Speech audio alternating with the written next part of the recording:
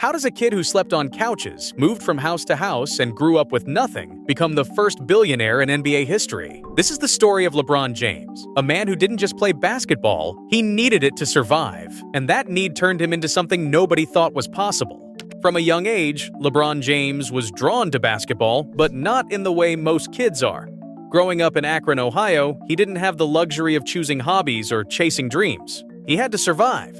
But there was one thing that gave him peace. One place where the chaos stopped. One moment where everything made sense. The community gym. His mother, Gloria, recognized something special in him. Just not that he'd become the richest player the NBA had ever seen. Born December 30th, 1984, to Gloria James, a 16-year-old single mother, LeBron's childhood wasn't a childhood at all. It was survival. Gloria was just a kid herself when LeBron was born, trying to figure out how to raise a child when she barely knew how to take care of herself. His father wasn't in the picture, no steady income, no stable home, no safety net. They moved constantly, house to house, apartment to apartment, sometimes staying with Gloria's mother, sometimes with friends, sometimes in places that barely qualified as shelter. One year, they moved 12 times, 12 different addresses before LeBron could even understand what stability meant. He'd unpack his few belongings, start to get comfortable, and then they'd be moving again. The neighborhoods they lived in weren't just poor, they were dangerous. Akron in the late 80s and early 90s was struggling with drugs, violence, and the kind of poverty that traps families for generations. LeBron saw things no child should see, heard things no child should hear, lived through instability that would break most adults. School attendance was inconsistent. When you're moving constantly, when basic needs aren't being met, going to school every day becomes secondary to survival. In 4th grade, LeBron missed over 80 days of school. 80 days. He was falling through the cracks of a system that had already failed his family. But basketball? Basketball was different. Gloria brought him to the community gym. Everything that was wrong with his life disappeared for a few hours. The instability, the fear, the uncertainty, it all vanished the moment he picked up a basketball. He didn't just play basketball, he needed it. It was the only constant in a life defined by change, the only thing he could control when everything else was chaos. Late at night, when most kids his age were doing homework or watching TV in comfortable homes, LeBron was outside dribbling on cracked sidewalks. The streetlights barely worked. The pavement was uneven, full of holes that would trip you up if you weren't careful. But he dribbled. Left hand, right hand, between the legs, behind the back. Over and over until his hands were numb. In freezing Ohio winters, when snow covered the outdoor courts and temperatures dropped below freezing, LeBron found indoor gyms and practiced free throws for hours. His breath visible in cold gyms that couldn't afford proper heating. His hands red and stiff from the cold. But he kept shooting. Nothing was going to stop him from getting better. Then came organized basketball, and everything changed. Frank Walker, a local football coach who'd met LeBron through a youth program, introduced him to structured team basketball. Walker saw something in this skinny kid, a hunger, a focus, an intensity that didn't match his age. He invited LeBron to join a youth basketball team he was helping coach. That's when people started noticing. This wasn't just a good young player. This was something different. LeBron was 9 years old playing against 12-year-olds and dominating. His court vision, his basketball IQ, his ability to see plays developing before they happened, it wasn't normal. Coaches who'd been around basketball for decades would watch him play and shake their heads in disbelief. This kid is different, they'd say. Not just talented, different. Like he was born understanding basketball in ways that couldn't be taught. The work ethic was insane for someone so young. Most kids that age need to be pushed to practice. LeBron had to be dragged off the court. He'd stay after practice working on moves he'd seen older players do. He'd ask coaches questions about strategy, about positioning, about how to make his teammates better. At 10 years old, he was studying basketball like college players study film. Walker and his wife saw what was happening to LeBron at home. The instability, the missed school days, the chaos. They made a decision that changed everything. They invited LeBron to live with them during the week so he could attend school consistently and have structure. For the first time in his life, LeBron experienced stability, regular meals, a bed that was his, the same school every day, and basketball. That's when he realized he could be great. Not just good, not just talented, great, maybe the best. The thought terrified and excited him simultaneously. Basketball had started as an escape, but now it was becoming something more. It was becoming his way out. By the time LeBron reached high school, the legend was already building. He chose St. Vincent St. Mary High School, a small Catholic school in Akron. Nobody expected what would happen next. Freshman year, he made varsity immediately. Not just made it, dominated it. The Fighting Irish went undefeated and won the state championship. LeBron, at 14 years old, was already the best player on a championship team. The local media started paying attention, then regional media, then national scouts. Sophomore year, they won state again. LeBron was named Ohio's Mr. Basketball. College scouts who normally focused on seniors were now watching a 15-year-old dominate high school basketball like a grown man playing against children. Junior year, everything exploded. St. Vincent St. Mary games weren't played in their small high school gym anymore. They couldn't fit the crowds. They moved games to the University of Akron's James A. Rhodes Arena, a venue that held over 5,000 people. And it sold out. High school games selling out college arenas. ESPN started broadcasting their games nationally. This wasn't high school basketball anymore. It was an event. Then Sports Illustrated put him on the cover with the headline, "The Chosen One." LeBron James, 17 years old, on the cover of America's most famous sports magazine. The pressure that came with that cover would have crushed most teenagers, but LeBron handled it like he'd been famous his whole life. Cameras everywhere, media asking questions about his future, scouts analyzing every move, doubters saying he was overhyped, that no teenager could live up to this attention. The entire basketball world watching every game, every play, every mistake. While other kids studied homework, went to prom, worried about typical teenage things, LeBron studied greatness. He watched NBA games analyzing how stars moved without the ball. He lifted weights before school. He stayed after practice working on weaknesses. The fame came early, but he never lost focus on what got him there, the work. Senior year was a victory lap. They won their third state championship. LeBron averaged 31 points, 10 rebounds, and 6 assists. Every game felt like an NBA preseason matchup. Pro scouts filled the stands. General managers watched film. The consensus was unanimous. LeBron James was ready for the NBA at 18 years old. The 2003 NBA draft held in New York City. LeBron, wearing a white suit, walked to the stage when David Stern announced, "With the first pick in the 2003 NBA draft, the Cleveland Cavaliers select LeBron James." Cleveland, his home state, the team that had been terrible for years, desperately needing a savior. And now that pressure fell on an 18-year-old's shoulders.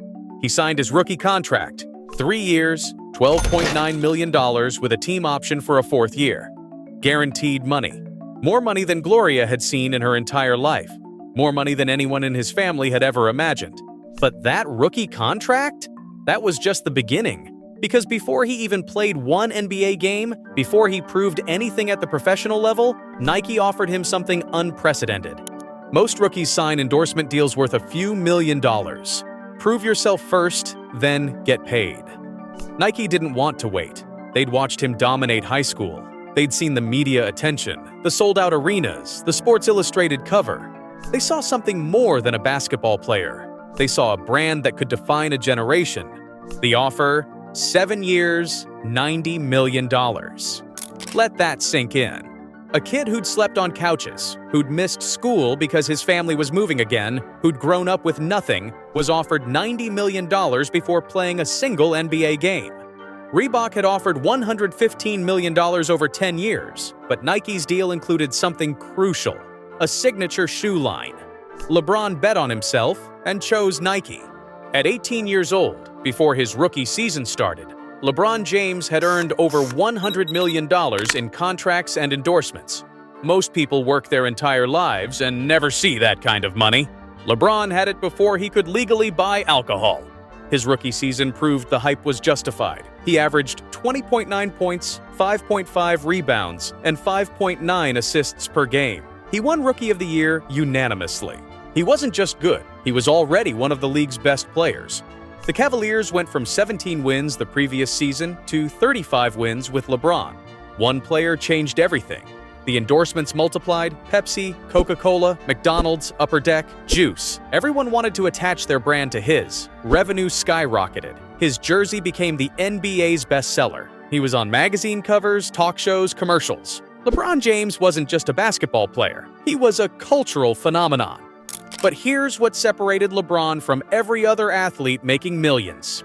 He understood something most didn't. Earning money and building wealth are two completely different things. Athletes make millions and go broke because they spend instead of invest. They buy cars and jewelry and houses that lose value. LeBron? He bought equity. The first genius move came in 2008. Beats by Dre was launching, and they wanted LeBron as a spokesperson. Standard deal would be, we'll pay you X million dollars to wear our headphones and appear in commercials. LeBron's team said no. They negotiated something different. Give us equity. A small ownership stake in the company instead of guaranteed cash up front. Most athletes would take the guaranteed money. It's safe, it's certain, it's immediate. But LeBron understood what equity meant. If the company grows, his small percentage becomes worth far more than any endorsement fee. He bet on Beats becoming huge. In 2014, Apple acquired Beats for $3 billion. LeBron's stake, which he'd accepted instead of endorsement fees, was worth approximately $30 million. That one decision, choosing ownership over cash, made him more money than most players make in their entire careers. And it taught him a lesson he'd apply over and over. Own things. Don't just promote them. Spring Hill Entertainment came next. LeBron wasn't content being in commercials. He wanted to create content. In 2015, he founded Spring Hill Entertainment with his business partner, Maverick Carter. Not just a vanity production company, but a legitimate media powerhouse producing films, documentaries, television shows. Spring Hill produced The Shop, an unscripted conversation series featuring athletes, entertainers, and cultural figures talking openly in a barbershop setting. They produced Student Athlete, a documentary examining exploitation in college sports. They partnered with Warner Brothers for Space Jam: A New Legacy. This wasn't a side project. This was building a media empire that would generate revenue long after basketball ended. Then came Liverpool FC. In 2011, LeBron bought a 2% stake in Liverpool Football Club for approximately $6.5 million. People questioned it. Why would an NBA player invest in English soccer? Because LeBron saw what others didn't. Global sports franchises only increase in value, and Liverpool was iconic but undervalued. By 2021, that 2% stake was worth over $40 million. He'd nearly septuple his investment in a decade. And Liverpool wasn't just an investment. It connected LeBron to global audiences, expanded his brand internationally, taught him about sports business beyond basketball. Blaze Pizza became another example of his investment strategy. In 2012, before Blaze Pizza was famous, before they'd expanded nationwide, LeBron invested in the fast casual pizza chain. He saw the fast casual trend growing, saw Blaze's model working in initial markets, and bought in early. Blaze Pizza exploded. They expanded to over 300 locations nationwide. LeBron's early investment, estimated at around $1 million, became worth over $25 to $35 million as the company's valuation skyrocketed. Another case of seeing opportunity early, investing when others hesitated, and watching equity grow exponentially. Uninterrupted, his media and consumer products company launched to give athletes direct platforms to tell their stories without traditional media filters. It became an influential voice in sports media and athlete empowerment. Real estate investments across Los Angeles, Miami, and Ohio appreciated significantly as property markets boomed. Brand partnerships with AT&T, GMC, Rimowa, and others weren't just endorsements. They were strategic relationships that often included equity components or long-term revenue sharing. See the pattern? LeBron didn't just take endorsement money and spend it. He took equity stakes, ownership positions, founded companies, invested in growing markets, built businesses that would generate passive income forever. He wasn't playing checkers. He was playing chess with his wealth. The NBA contracts kept escalating too. After his rookie deal, he signed extensions and new contracts with Cleveland, then Miami, then back to Cleveland, then the Lakers, each contract bigger than the last. His salary alone over his NBA career would exceed $400 million before he retired.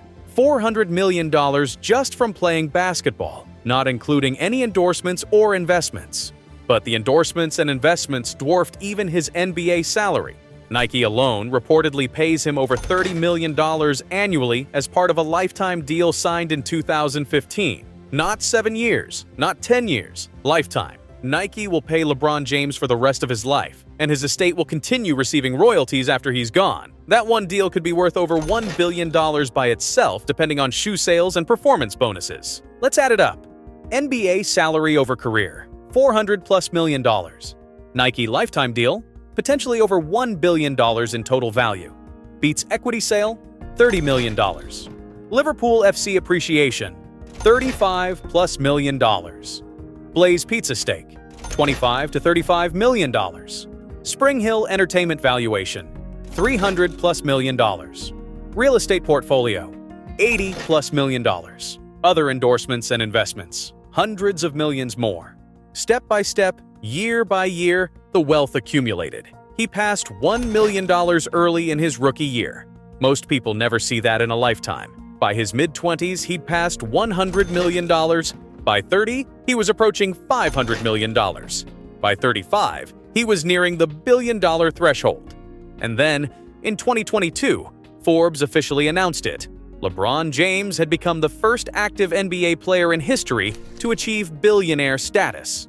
Not after retirement, not from selling businesses decades later. While still playing basketball, LeBron James accumulated over $1 billion in net worth. Think about that journey. From sleeping on couches to sleeping on piles of money, from moving 12 times in 1 year to owning multiple mansions, from Gloria struggling to feed him to LeBron employing hundreds of people through his businesses, from being a kid who needed basketball to escape poverty, to being a billionaire who changed how athletes think about wealth. Some athletes play for the game, some play for championships, some play for fame.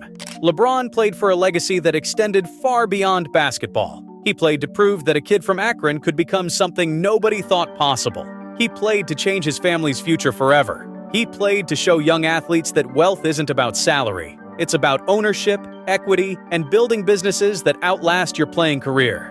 The same kid who dribbled on cracked sidewalks in freezing Ohio weather, who practiced free throws in gyms that could barely afford heating, who slept on couches and moved constantly, who needed basketball just to survive, that kid became the first billionaire in NBA history. If you told young LeBron back then that he'd become the richest player the league had ever seen, that he'd build a business empire worth over $1 billion, that he'd change how athletes approach wealth forever, he might not have believed you. But for LeBron James, needing basketball turned into mastering basketball, and mastering basketball turned into building an empire that will last generations. That's not just a basketball story. That's a blueprint for turning survival into success, turning hardship into hunger, and turning dreams into generational wealth. LeBron didn't just make it out of poverty. He made sure poverty could never touch his family again.